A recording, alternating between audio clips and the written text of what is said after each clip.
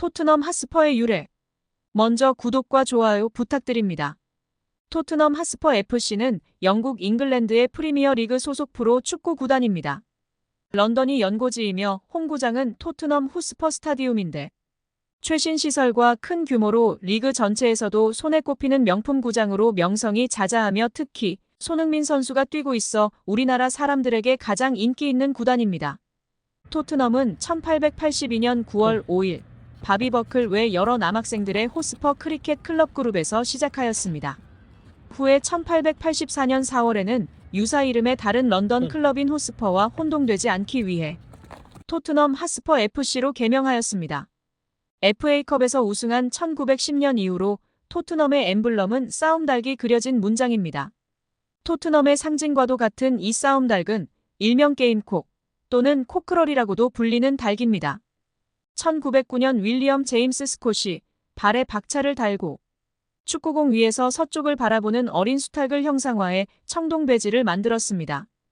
이때부터 축구공 위에 박차를 단 수탉 싸움닭이 토트넘의 상징이자 엠블럼이 됩니다. 엠블럼이 만들어진 당시에 담긴 의미는 싸움닭처럼 공격 축구를 하자는 것입니다. 토트넘의 애칭은 스퍼즈입니다. 스퍼스는 박차를 뜻하는데 핫스퍼 HOTSPUR라는 별명을 가진 해당 지역의 옛 영국 귀족 헨리 퍼시로부터 유래하였습니다.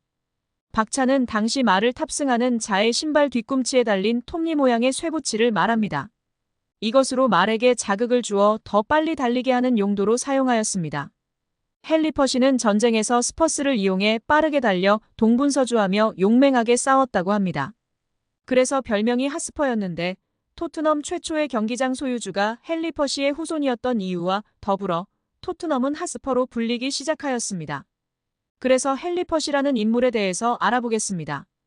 헨리 퍼시는 잉글랜드의 위대한 장군이자 전설이었습니다. 전쟁이 발발할 때면 누구보다 먼저 적진을 뒤엎었습니다. 불리한 전세에도 병사들은 그의 모습을 보며 용기를 냈습니다. 그와 함께라면 군사들은 무적이라고 느꼈지요. 구름대처럼 모인 적군도 그의 이름을 들으면 두려움에 떨었습니다. 스코틀랜드, 아일랜드가 아직 잉글랜드에 복종하지 않았을 시절입니다. 헨리 퍼시의 영향력은 절대적이었습니다. 용맹함이라면 누구에게도 뒤지지 않을 스코틀랜드와 아일랜드의 전사들도 그 앞에서는 어린아이처럼 도망치기 바빴습니다. 어찌나 전장을 열심히 누볐는지 그의 말에 끼워진 박차는 늘 뜨거웠다고 전해집니다. 그의 별명이 핫스퍼경인 이유이지요. 그러나 명성은 화무십일홍이었습니다. 그가 죽자마자 잉글랜드 왕에 의해 부관참시 당했기 때문이지요. 그의 사체는 무덤에서 꺼내져 목이 잘렸습니다. 죽어서도 편히 잠들 수 없었던 것입니다. 조국의 영웅에서 더러운 배반자까지. 헨리 퍼시는 어떤 인물이었을까요? 어쩌다 그의 이름이 토트넘에 남은 것일까요?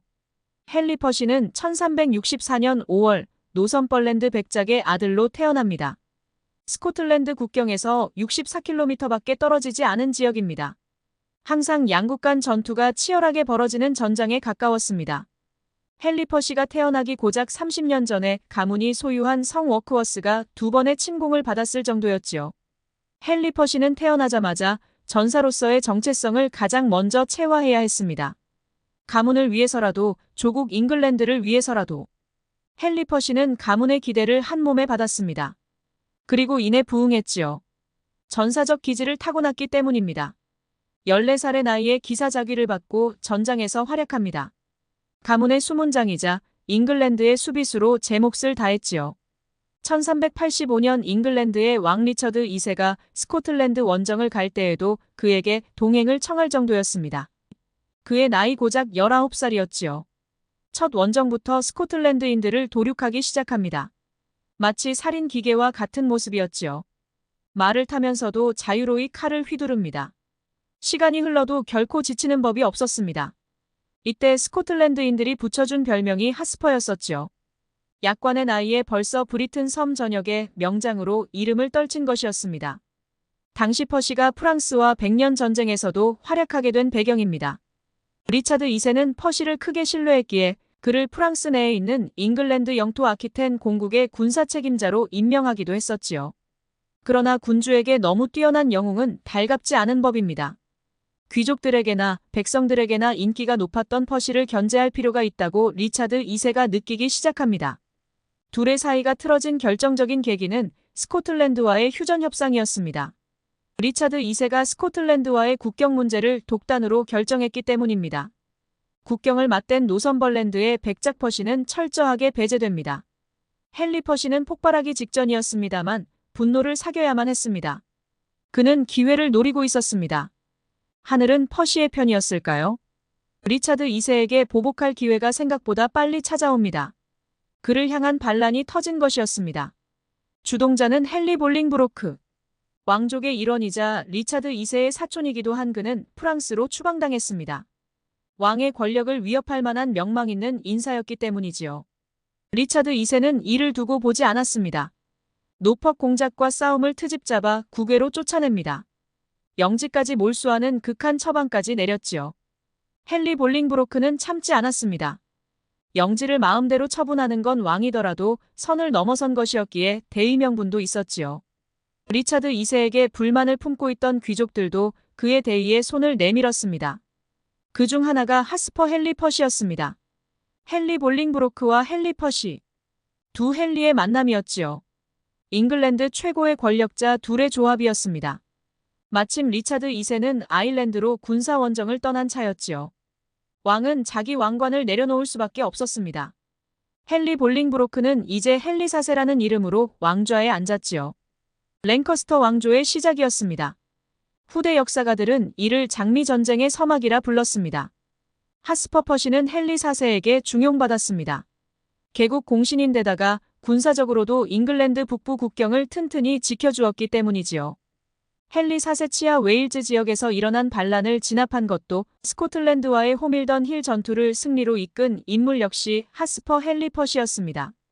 헨리 4세는 그에게 런던 인근 지역에 영지를 내리기도 했었지요.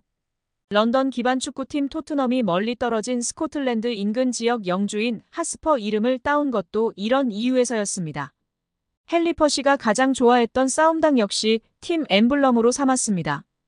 토트넘과 헨리 퍼시는 때려야 뗄 수 없는 사이인 셈입니다. 반골 기질이 있었던 것일까요? 아니면 토끼 사냥이 끝나면 사냥개를 잡아먹는 것이 역사의 본질이기 때문이었을까요? 헨리 4세와 퍼시와의 불화가 싹트기 시작합니다. 퍼시가 스코틀랜드와의 전쟁에서 큰 승리를 거뒀는데도 불구하고 헨리 4세가 약속한 포상금을 주지 않아서였습니다. 퍼시 가문이 오랜 시간 바라온 땅 컴벌랜드는 라이벌 가문에게 하사되었지요. 반발한 퍼시는 스코틀랜드 포로들을 자신에게 넘기라는 헨리 4세의 요구에 불응합니다. 리차드 2세와 겪었던 불화가 헨리 4세와도 재점화된 것입니다. 전운이 다시 감돌았습니다. 헨리 퍼시는 승리를 자신했습니다. 헨리 4세의 반란에 의구심을 가진 귀족 세력이 많다고 생각해서였습니다. 전투의 신이라 불리는 자기 능력도 맹신했었지요. 랭커스터 왕조에 불만이 있는 세력을 규합해 왕 헨리 4세에게 도전장을 내밉니다. 헨리와 헨리의 대립. 동지에서 적으로 돌아선 사내들의 대결이었습니다. 슈루즈버리 전투, 1403년 7월 21일이었습니다. 한나절이 지나고 헨리의 시체가 뒹굴었습니다. 헨리 4세가 죽었다는 외침이 들렸습니다. 그러나 상대방이 소리칩니다. 우리 왕은 여기 계시다. 죽은 건 헨리 퍼시다라고요. 전투에서 패한 이는 하스퍼였습니다. 헨리 4세와 그의 용맹한 왕세자 아들이 활약한 덕분이었습니다. 헨리 퍼시의 박차는 이제 식어가기 시작합니다. 헨리 4세는 옛 친구에게 예를 다했습니다. 전투가 끝난 후 퍼시의 시신을 안고 눈물을 흘렸지요. 성대한 장례도 치러줬습니다.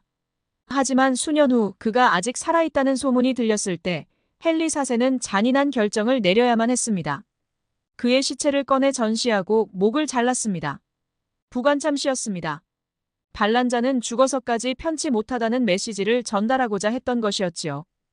헨리 퍼시는 한 작가에 의해 영원한 명성을 얻게 됩니다. 셰익스피어였습니다. 그는 사극 여러 편을 썼었지요. 그중 대표작 하나가 헨리 4세였습니다. 이 작품에서 헨리 퍼시는 용감무쌍한 기사의 전형이지만 왕을 배신하는 인물로 그려집니다. 헨리 4세의 아들 할 왕자는 주색에 빠져 살면서도 결국 대의를 위해 칼을 잡는 인물로 묘사되지요. 한 인물을 진정한 군주로 성장시키는 위대한 빌런이 하스퍼 헨리 퍼시였던 것이지요. 그는 이 작품을 통해서 잉글랜드 역사에서 가장 중요한 인물 중 하나로 남게 됩니다. 넷플릭스에서 방영된 더킹에서 티모시 샬라메가 연기한 헨리 5세가 전투를 벌이는 이가 바로 헨리 퍼시 하스퍼경입니다. 헨리 퍼시는 죽었지만 그의 후손들은 그만큼이나 영국 역사에서 깊은 발자국을 남겼습니다. 영국이 자랑하는 19세기 소설가 제인 오스틴이 대표적입니다. 현재 영국 왕위 계승 서열 1위인 윌리엄 왕세자의 부인 케이트 미들턴도 하스퍼경의 후손입니다. 그러나 그녀가 토트넘 호스퍼의 팬인지는 명확히 알려지지 않았습니다. 구독과 좋아요 부탁드립니다.